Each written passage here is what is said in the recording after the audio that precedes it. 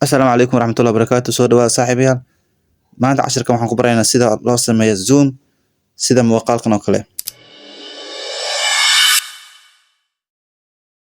Zoom waxaa loo isticmaalaa markaad duubeyso vlogyada ama shay fog markaad soo dhaweynayso ayaa loo isticmaalaa.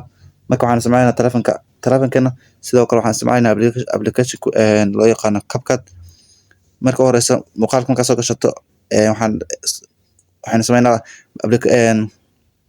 marka horeysa muuqaalkan soo gashanaa kadibna Zoomka waxaa loo sameeyaa laba qaab adiga gacanta ku samaysanaysa iyo qaab taleefanka ama applicationka CapCut lagu dhex diyaariyo oo ku dhex jiro.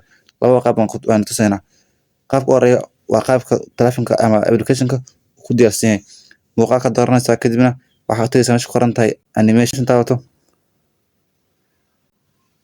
dhankan iyo midabka u soconaysa kadibna waxaad raadinaysaa meel ku qoran tahay Zoom. Meel ku qoran tahay Zoom ayaa taabanaysaa kadib marka muuqaalka qaabkaas ku baxay. Muuqaalka qaabkaas ayaa ku baxay. Meeshan oo qaybtan waa qaybta aad distance ama meterka aad ku dheer basan karto oo gaabsan kartaa. Haddaan dhinac u jeedno aan ka dhigno tusaale 2 aan ka dhigno muuqaalka Zoomkiisa wuu dheeraanayaa oo qaabkaas ayuu noqonayaa. Haddaan ka dhigno qaabkan aan yaraynano aan ka dhigno tusaale 0.9 wuu yaraanaa oo boobsiis ayuu kusoo galaa. Haddaan dhinac u badano oo tusaale 9 qaabkaas si tartiib ah ayuu Zoomka usoo yaraanaa. Laakiin waxaa fiican inaad ka dhigto 1 camal aad ka dhigto ama 1.2 camal. Inta ayaa ka dhigi kartaa intaas u fiican.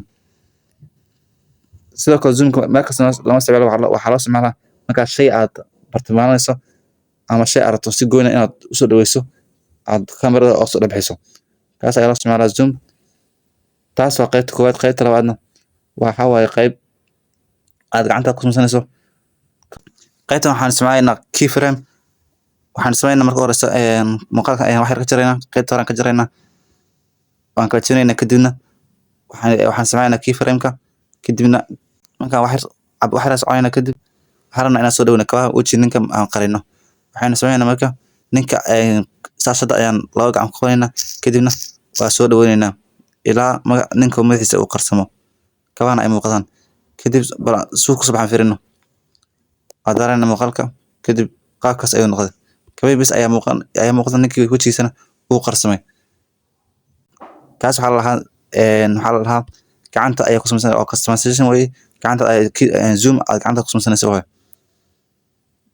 Kadib muuqaalka markaan sameyno waxaan sameynaa waxaan ku daraynaa graph ayaan ku daraynaa si uu si qurux banaado.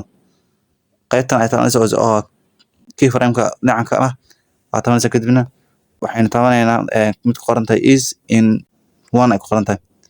Marka qaabkaas noqonaa laakiin waxa ka fiican inaad taabato midka aad doorato ay ku qoran tahay easy in 3 ay ku qoran tahay ama mid saddexaad aad dooranaysaa. Kadib muuqaalka saas u qurux banaaday bal aan yar daarna ku ceshano soo noqday. Qaabkaas ninka wejigiisa qarsanaya markaas xaysiis way kabis ay xaysiinayna.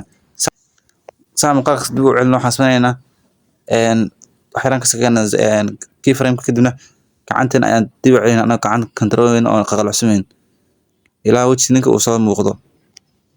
Marka aan fiirino soo noqday qaabkaas ay zoom in kadib kabar dib noqon. Markaas waxaan ku daraynaa graph labadan keyframe dhexda waxaan ku daraynaa graph ayaan ku daraynaa.